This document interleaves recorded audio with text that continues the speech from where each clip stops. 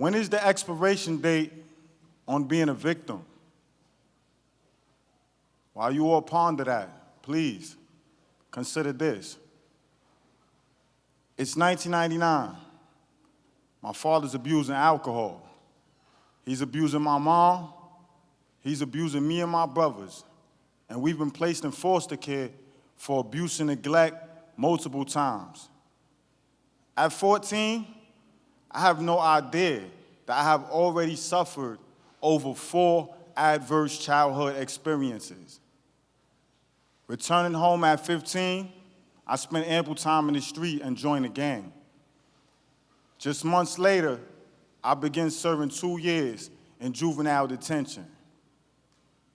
By the time I reached 16, my entire world implodes when my father strangles my mother to death.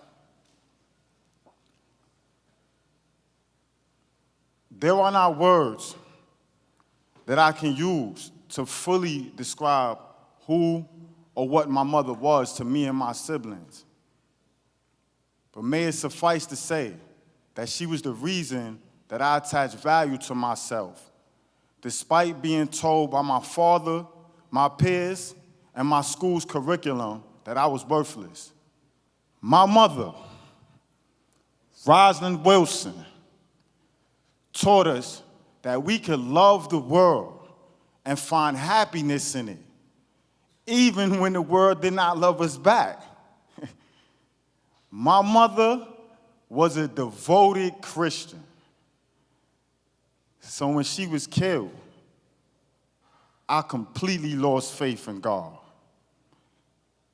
Filled with anger, guilt, and confusion, my value for life palpably diminished. With no parents or no outlets that could help me process the storm of emotions that I constantly felt, I kept these emotions bottled up. In turn, this led to misplaced aggression, impulsive behavior, and bad decision-making.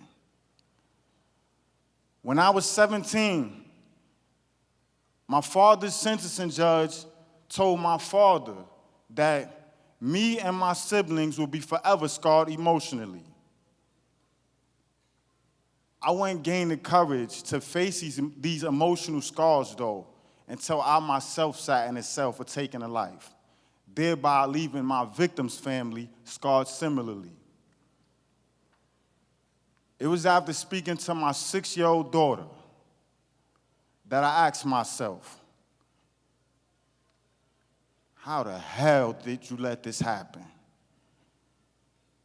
Turning this question over repeatedly, I realized that the pain I carried from my childhood and the anger that I felt towards my father had spilled over into the way that I saw the entire world. Desiring to be free of this anchoring weight, I wrote my father a letter. And in that letter, I forgave him. The following year, without any consideration to my traumatic childhood, I was sentenced to 25 years of life, while my father had been released the year before after serving 11. Look, I dare not desecrate my mother's life by claiming that her death justifies the precious life that I took. Living with myself, knowing all too well how wide-reaching the effects extent of this regretted act has not been easy. But understanding that I could never repair the lives that I have damaged drives me to continuously live for construction over destruction.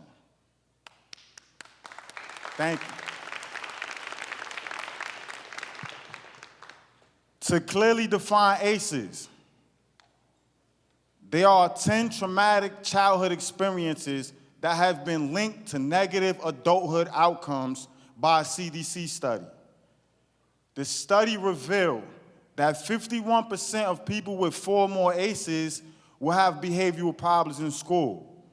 And people with 4 or more ACEs are 7 times more likely to go to prison. The Compassion Prison Project conducted a similar study, comparing the ACEs of the prison population to the ACEs of the population at large. Unsurprisingly, their findings revealed that 78% of the surveyed prison population had 4 or more ACEs, whereas only 15% of the population at large had 4 or more ACEs. Despite the validity of the predicted outcomes, currently, there is no legal state vehicle that provides for consideration of the convicted person's ACEs during sentencing. If we understand the connection between ACEs and negative adulthood outcomes, why are these same experiences not considered when these predicted outcomes come to fruition? Thank you. It is not my position that ACEs precludes anyone from being able to make a good choice, thereby relieving any of us of being held accountable for the bad ones that we've made. No. What I ask be considered is the extent that a good choice may have been readily foreseeable in light of one's ACEs. I have 8 out of the 10 ACEs. Nonetheless, my ACEs and criminal record are not the only things that speak to who I am. Today, it's been 11 years since I left the gang that I once joined. Thank you. And 10 years since my last disciplinary infraction. I am a facilitator for Project Bail's Exodus Reentry Program and